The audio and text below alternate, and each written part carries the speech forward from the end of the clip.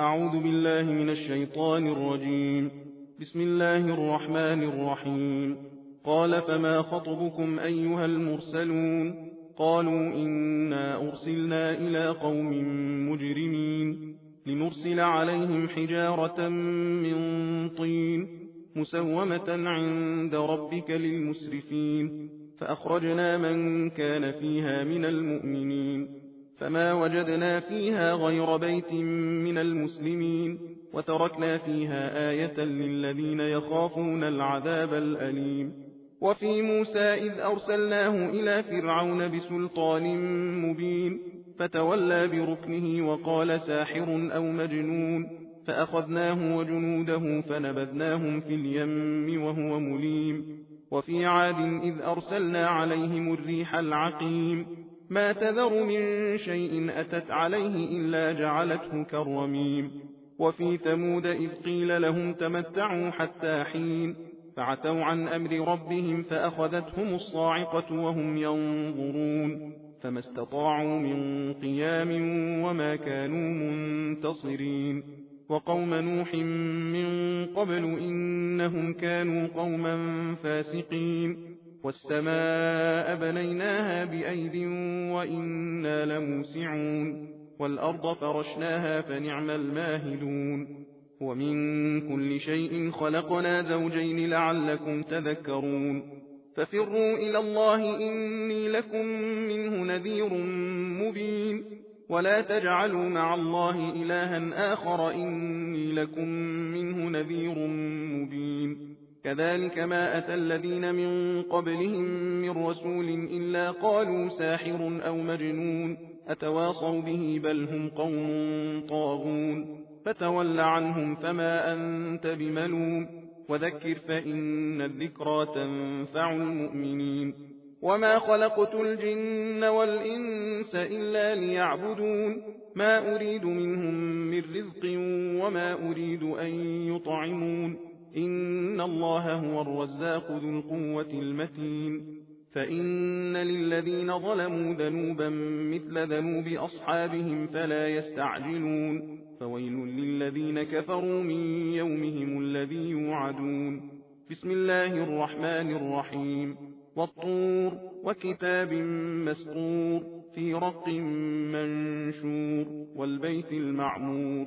والسقف المرفوع والبحر المسجور إن عذاب ربك لواقع ما له من دافع. يوم تمور السماء مورا وتسير الجبال سيرا فويل يومئذ للمكذبين الذين هم في خوض يلعبون. يوم يدعون إلى نار جهنم دعا هذه النار التي كنتم بها تكذبون.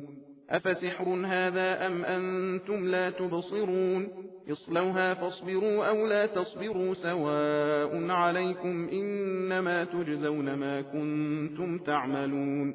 إن المتقين في جنات ونعيم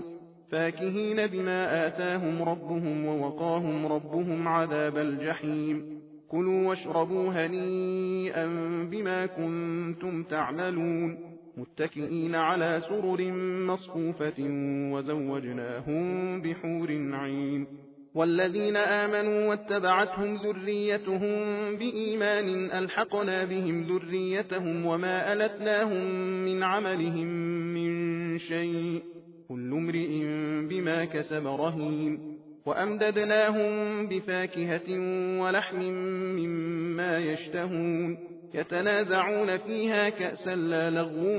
فيها ولا تأثيم ويطوف عليهم غلمان لهم كأنهم لؤلؤ مكنون. وأقبل بعضهم على بعض يتساءلون قالوا إنا كنا قبل في أهلنا مشفقين فمن الله علينا ووقانا عذاب السموم إنا كنا من قبل ندعوه إنه هو البر الرحيم. فذكر فما أنت بنعمة ربك بكاهن ولا مجنون أم يقولون شاعر نتربص به ريب المنون قل تربصوا فإني معكم من المتربصين. أم تأمرهم أحلامهم بهذا أم هم قوم طاغون أم يقولون تقوله بل لا يؤمنون فليأتوا بحديث مثله إن كانوا صادقين أم خلقوا من غير شيء أم هم الخالقون أم خلقوا السماوات والأرض بل لا يوقنون أم عندهم خزائن ربك أم هم المسيطرون أم لهم سلم يستمعون فيه فليأت مستمعهم بسلطان مبين أم له البنات ولكم البنون أم تسألهم أجرا فهم من مغرم مثقلون أم عندهم الغيب فهم يكتبون أم يريدون كيدا فالذين كفروا هم المكيدون أم لهم إله غير الله سبحان الله عما يشركون وإن يروا كسفا من السماء ساقطا يقولوا سحاب مركوم فذرهم حتى يلاقوا يومهم الذي فيه يصعقون يوم لا يغني عنهم كيدهم شيئا ولا هم ينصرون وإن للذين ظلموا عذابا دون ذلك ولكن أكثرهم لا يعلمون واصبر لحكم ربك فإنك بأعيننا وسبح بحمد ربك حين تقوم ومن الليل فسبحه وإدبار النجوم بسم الله الرحمن الرحيم والنجم إذا هوى ما ضل صاحبكم وما غوى وما ينطق عن الهوى إن هو إلا وحي يوحى علمه شديد القوى ذو مرة فاستوى وهو بالأفق الأعلى ثم دنا فتدلى فكان قاب قوسين أو أدنى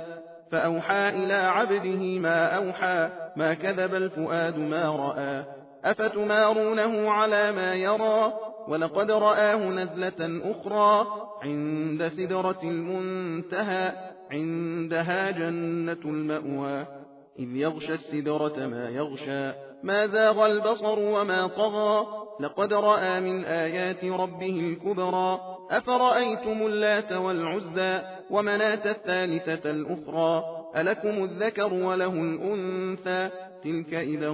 قسمة ضيزى إن هي إلا أسماء سميتموها أنتم وآباؤكم ما أنزل الله بها من سلطان إن يتبعون إلا الظن وما تهوى الأنفس ولقد جاءهم من ربهم الهدى أم للإنسان ما تمنى فلله الآخرة والأولى وكم من ملك في السماوات لا تغني شفاعتهم شيئا إلا من بعد أن يأذن الله لمن يشاء ويرضى إن الذين لا يؤمنون بالآخرة ليسمون الملائكة تسمية الأنثى وما لهم به من علم إن يتبعون إلا الظن وإن الظن لا يغني من الحق شيئا فأعرض عن من تولى عن ذكرنا ولم يرد إلا الحياة الدنيا ذلك مبلغهم من العلم إن ربك هو أعلم بمن ضل عن سبيله وهو أعلم بمن اهتدى ولله ما في السماوات وما في الأرض ليجزي الذين أساءوا بما عملوا ويجزي الذين أحسنوا بالحسنى الذين يجتنبون كبائر الإثم والفواحش إلا اللمم إن ربك واسع المغفرة هو أعلم بكم إذ أنشأكم من الأرض وإذ أنتم أجنة في بطون أمهاتكم فلا تزكوا أنفسكم هو أعلم بمن اتقى أفرأيت الذي تولى وأعطى قليلا وأكدى أعنده علم الغيب فهو يرى أم لم ينبأ بما في صحف موسى وإبراهيم الذي وفى ألا تزر وازرة وزر أخرى وأن ليس للإنسان إلا ما سعى وأن سعيه سوف يرى ثم يجزاه الجزاء الأوفى وأن إلى ربك المنتهى وأنه هو أضحك وأبكى وأنه هو أمات وأحيا وأنه خلق الزوجين الذكر والأنثى من نطفة إذا تمنى وأن عليه النشأة الأخرى وأنه هو أغنى وأقنى وأنه هو رب الشعرى وأنه أهلك عادا الأولى وثمود فما أبقى وقوم نوح من قبل إنهم كانوا هم أظلم وأطغى والمؤتفكة أهوى فغشاها ما غشا فبأي آلاء ربك تتمارى هذا نذير من النذر الأولى أزفت الآزفة ليس لها من دون الله كاشفة أفمن هذا الحديث تعجبون وتضحكون ولا تبكون وأنتم سامدون فاسجدوا لله واعبدوا. لا إله إلا الله حقا حقا، لا إله إلا الله إيمانا وتصديقا، لا إله إلا الله عبودية ورقا. سجدت لك يا رب تعبدا ورقا، لا مستنكفا ولا مستكبرا، بل أنا عبد ذليل ضعيف خائف مستجير. سبحان ربي الأعلى وبحمده، سبحان الله. بسم الله الرحمن الرحيم. اقتربت الساعة وانشق القمر وإن يروا آية يعرضوا ويقولوا سحر مستمر وكذبوا واتبعوا أهواءهم وكل أمر مستقر ولقد جاءهم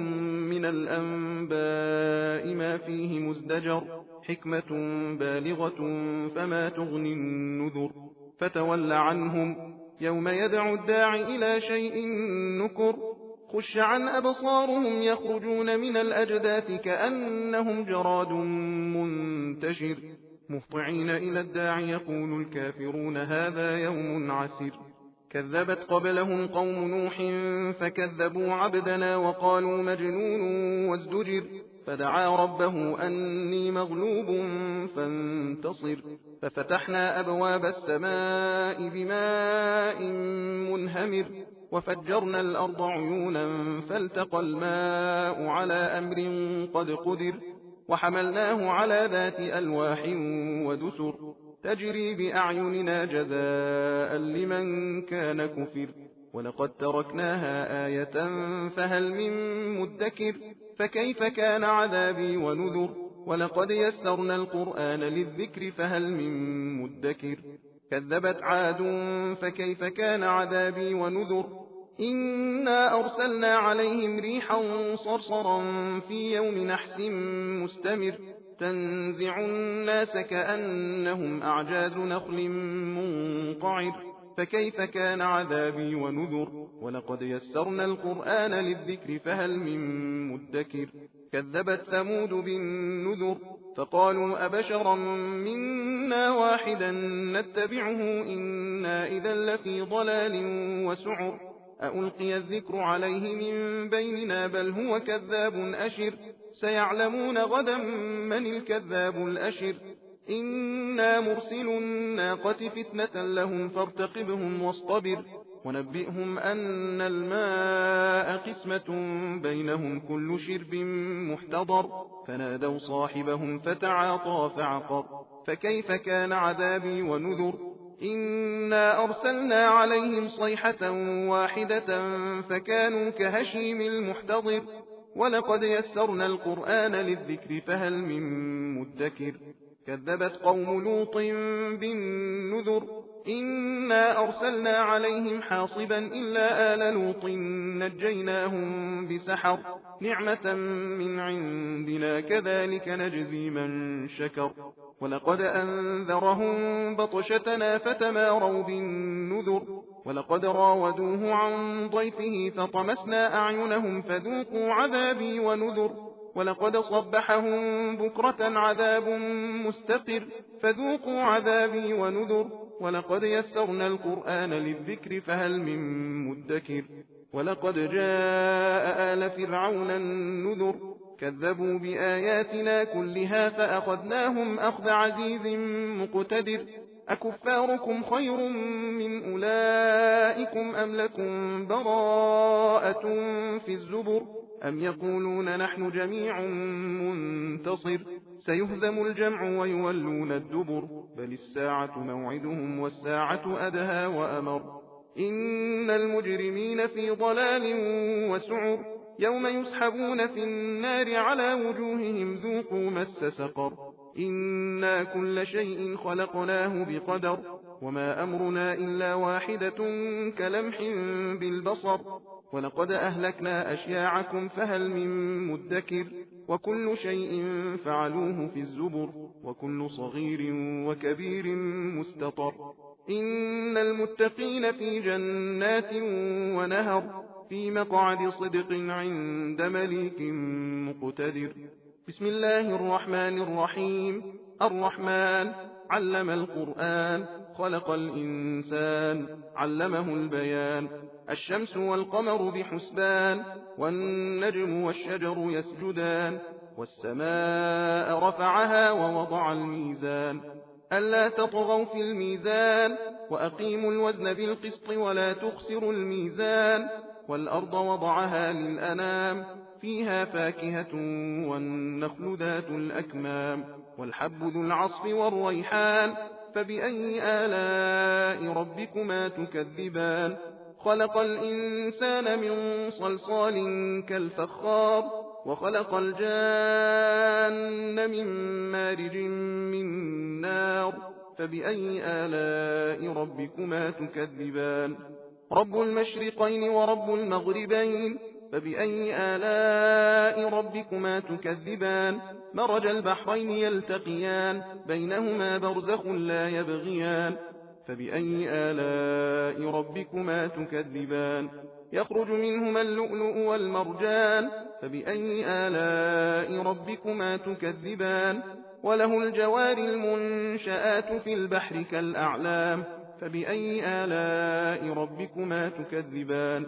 كل من عليها فان ويبقى وجه ربك ذو الجلال والإكرام فبأي آلاء ربكما تكذبان يسأله من في السماوات والأرض كل يوم هو في شأن فبأي آلاء ربكما تكذبان سنفرغ لكم أيها الثقلان فبأي آلاء ربكما تكذبان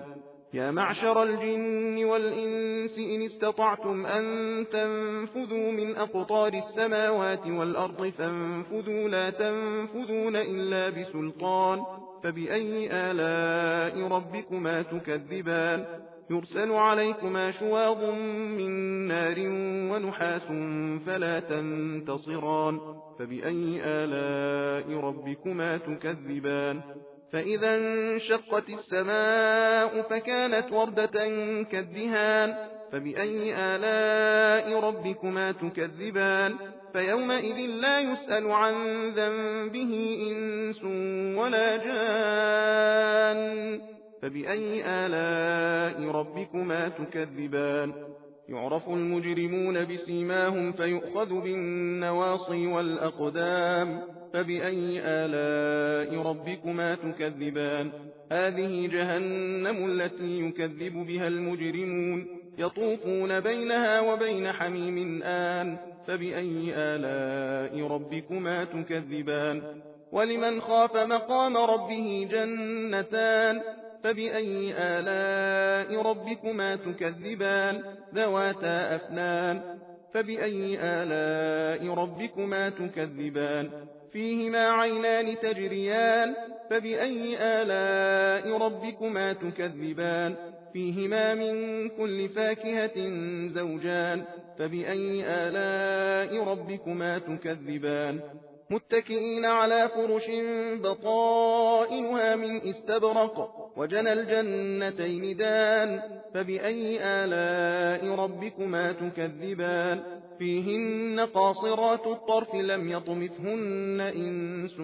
قبلهم ولا جان فبأي آلاء ربكما تكذبان كأنهن الياقوت والمرجان فبأي آلاء ربكما تكذبان هل جزاء الإحسان إلا الإحسان فبأي آلاء ربكما تكذبان ومن دونهما جنتان فبأي آلاء ربكما تكذبان مدهامتان فبأي آلاء ربكما تكذبان فيهما عينان نضاختان فبأي آلاء ربكما تكذبان فيهما فاكهة ونخل ورمان فبأي آلاء ربكما تكذبان فيهن خيرات حسان فبأي آلاء ربكما تكذبان حور مقصورات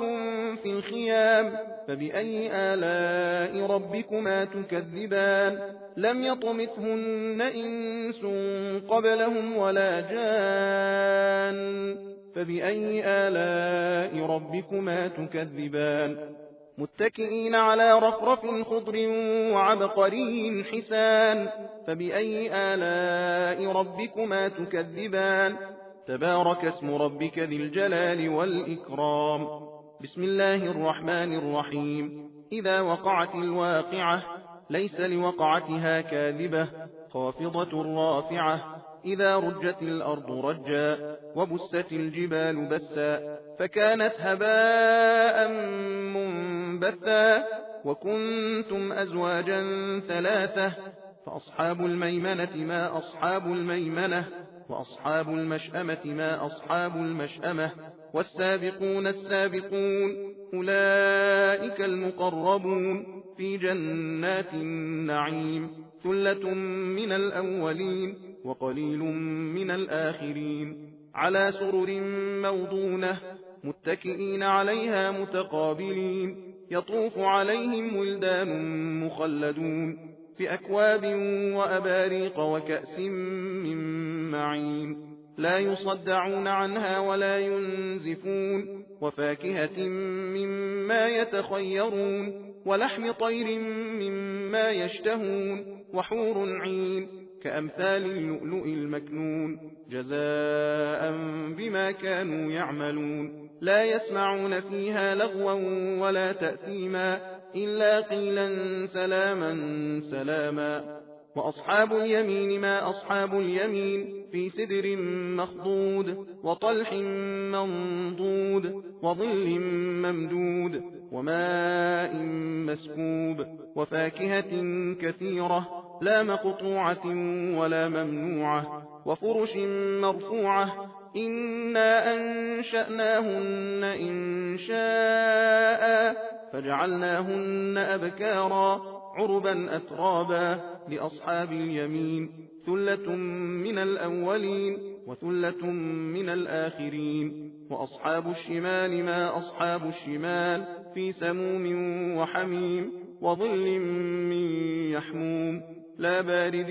ولا كريم إنهم كانوا قبل ذلك مترفين وكانوا يصرون على الحنث العظيم وكانوا يقولون أئذا متنا وكنا ترابا وعظاما أئنا لمبعوثون أو آباؤنا الأولون قل إن الأولين والآخرين لمجموعون إلى ميقات يوم معلوم ثم إنكم أيها الضالون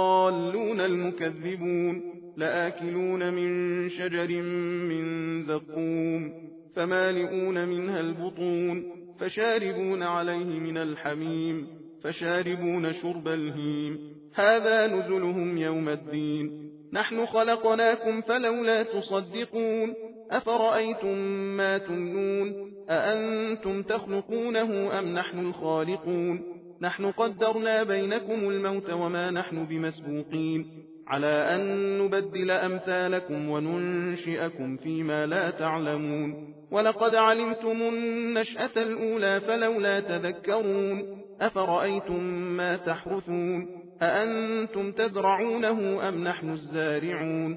لو نشاء لجعلناه حطاما فظلتم تفكهون إنا لمغرمون بل نحن محرومون أفرأيتم الماء الذي تشربون أأنتم أنزلتموه من المزن أم نحن المنزلون لو نشاء جعلناه أجاجا فلولا تشكرون أفرأيتم النار التي تورون أأنتم أنشأتم شجرتها أم نحن المنشئون نحن جعلناها تذكرة ومتاعا للمقوين فسبح باسم ربك العظيم فلا أقسم بمواقع النجوم وإنه لقسم لو تعلمون عظيم إنه لقرآن كريم في كتاب مكنون لا يمسه إلا المطهرون تنزيل من رب العالمين أفبهذا الحديث أنتم مدهنون وتجعلون رزقكم أنكم تكذبون فلولا إذا بلغت الحلقوم وأنتم حينئذ تنظرون ونحن أقرب إليه منكم ولكن لا تبصرون فلولا إن كنتم غير مدينين ترجعونها إن كنتم صادقين فأما إن كان من المقربين فروح وريحان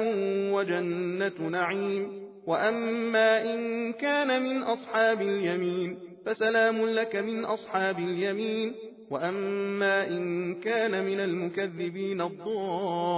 الضالين فنزل من حميم وتصلية جحيم إن هذا لهو حق اليقين فسبح باسم ربك العظيم بسم الله الرحمن الرحيم سبح لله ما في السماوات والأرض وهو العزيز الحكيم له ملك السماوات والأرض يحيي ويميت وهو على كل شيء قدير هو الأول والآخر والظاهر والباطن وهو بكل شيء عليم هو الذي خلق السماوات والأرض في 6 أيام ثم استوى على العرش يعلم ما يلج في الأرض وما يخرج منها وما ينزل من السماء وما يعرج فيها وهو معكم أينما كنتم والله بما تعملون بصير له ملك السماوات والأرض وإلى الله ترجع الأمور يولج الليل في النهار ويولج النهار في الليل وهو عليم بذات الصدور